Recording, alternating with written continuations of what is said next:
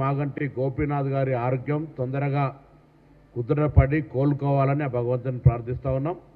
అతని ఆరోగ్యంగా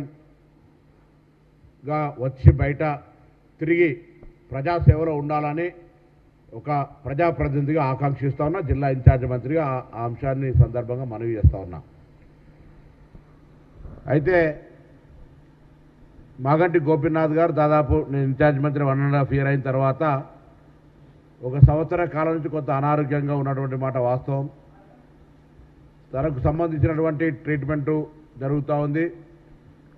ఇన్ఛార్జ్ మంత్రి అనేక సందర్భాల్లో కలవాలనే ప్రయత్నం చేయడం కూడా జరిగింది. లేదా వారు కూడా అనేక కార్యక్రమాలు నియోజకవర్గంలో జరిగినా కూడా ఇటీవల బోరబండలో జరిగిన కార్యక్రమం కూడా వారు రాలేకపోయారు. కిషన్ రెడ్డి గారు నేను వెళ్ళినప్పుడు కూడా.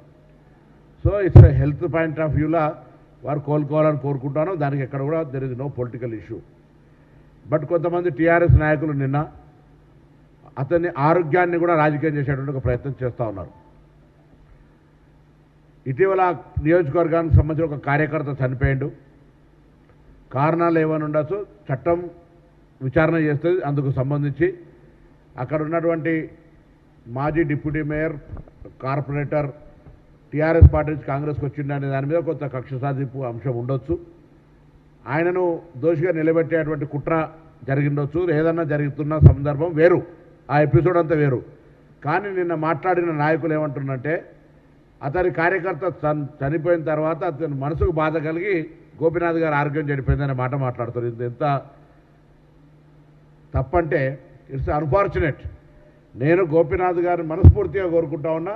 నేను చాలా విద్యార్థి సంఘ ఎన్ఎస్యూ నాయకుడిగా ఉన్నప్పటి నుంచి కూడా ఆయన తెలుగుదేశం నాయకుడిగా అనేక నాయకులకు సంబంధించిన పార్టీ కార్యక్రమాలను ప్రచారం చేసి ఫ్లెక్సీగా కట్టేటువంటి వ్యక్తి. శాసనసభ్యుడు కూడా జూబ్లీస్ రిప్రజెంట్ చేస్తూ ఉన్నాడు. అతని సేవలు రాజకీయాల్లో ఎన్నికల వరకే పార్టీలు, దాని తర్వాత ప్రజాప్రతినిధులుగా పరస్పరం ప్రభుత్వాల లోపల పనిచేసుకోవాలి ప్రజా సమస్యల మీద. కానీ ఇటువంటి చౌకబారు చిన్న స్థాయి అంశాలకు సంబంధించి ఒక వ్యక్తి ఆరోగ్యానికి సంబంధించి అది ఆసుపత్రిలో ఉన్నప్పుడు దానికి రాజకీయానికి ముడిపెట్టద్దని నా మాట నేను ఈ సందర్భంగా విజ్ఞప్తి చేస్తాను. అతను కోలుకోవాలి, తిరిగి ప్రజాస్వామ్య పద్ధతిలో రావాలని కోరుకుంటా ఉన్నాం. కానీ ఒక కార్యకర్త చనిపోయినందుకు మనస్తాపం చెంది ఈయనకు అనారోగ్యం అయిపోయి ఆసుపత్రిలో పాలైందని చెప్తున్నటువంటి విధానం తప్పు అనేటువంటి మాటను నేను ఈ సందర్భంగా చెప్పే ప్రయత్నం చేస్తూ ఉన్నాను. 2, ఈరోజు కరీంనగర్ పార్లమెంటరీ రివ్యూ అయితే మీనాక్షి మేడం గారు, అదేవిధంగా మహేష్ కుమార్ గౌడ్ గారు, మా నియోజకవర్గానికి సంబంధించినటువంటి అనేక మంది నాయకులు వచ్చినారు. తప్పకుండా కరీంనగర్ పార్లమెంటుకు సంబంధించి మా పార్లమెంటు కొంత టికెట్ లేట్ వచ్చినప్పటికీ మేము పోరాడి 2వ స్థానంకి వచ్చినాం. తప్పకుండా వచ్చేసరికి పార్లమెంటు గెలవడంతో పాటుగా రాబోయే స్థానిక సంస్థల ఎన్నికల్లో ప్రతి నియోజకవర్గంలో ఎవరి బాధ్యత ఎవరు వాళ్ళు ఎక్కడికక్కడ గెలవాలనేటువంటి ఆలోచనతో కూడా మరి సందర్భంగా పార్టీ అంశాలు, ప్రభుత్వ కార్యక్రమాన్ని పార్టీ కార్యకర్తలు ఏ విధంగా క్షేత్రస్థాయికి తీసుకుపోవాలి, చాలా కాలంగా పనిచేసినటువంటి కార్యకర్తలకు నామినేటెడ్ పోస్టులు రావడానికి సంబంధించిన తదితర అంశాలు మీనాక్షి నటరాజన్ గారి ముందు చర్చకు వచ్చినాయి.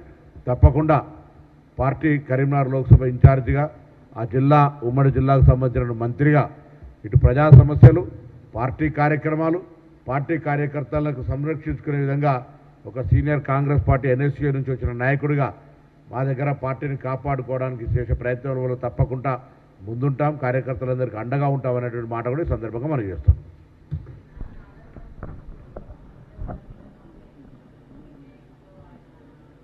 ఈరోజు జరిగింది కరీంనగర్ పార్లమెంట్ రివ్యూ.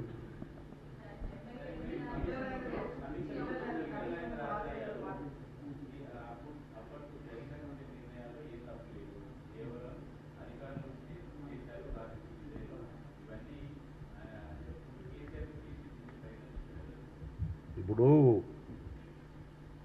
ఘోష్ కమిటీగా ముందట హాజరైన తర్వాత సరే అని ఏం చెప్తున్నా అనేటువంటి దానికంటే ఒక కమిటీ, ఒక జ్యుడిషియల్కి సంబంధించినటువంటి విచారణ జరుగుతూ ఉంది. అతన్ని సమన్ చేసినారు. అతను హాజరై బయట తన నిర్ణయాన్ని ఏం జరిగిందో చెప్పినాడు.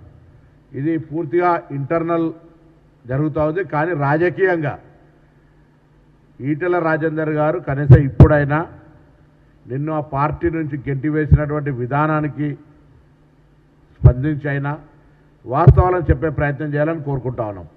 ప్రాజెక్టుకు సంబంధించినటువంటి ప్రతి అంశం మీద జరిగినటువంటి వాస్తవాన్ని గతంలో అధికారులు చెప్పినాయి, మిగతా వివిధ ఏజెన్సీస్ చెప్పినటువంటి దాన్ని దృష్టిలో పెట్టుకొని ఫ్యాక్ట్స్ చెప్పాలని డిమాండ్ చేస్తున్నాం. మళ్ళీ పొలిటికల్ ఏదైతే మేనేజ్మెంట్ చేసుకొని అందరూ ఒకటే విధానంగా పోయేటువంటి ప్రయత్నం జరిగితే తప్పకుండా అటువంటి అంశాలను కూడా ఘోష్ కమిటీ గుర్తించి సరైనటువంటి నివేదిక ఇస్తుందని ఆకాంక్షిస్తాం.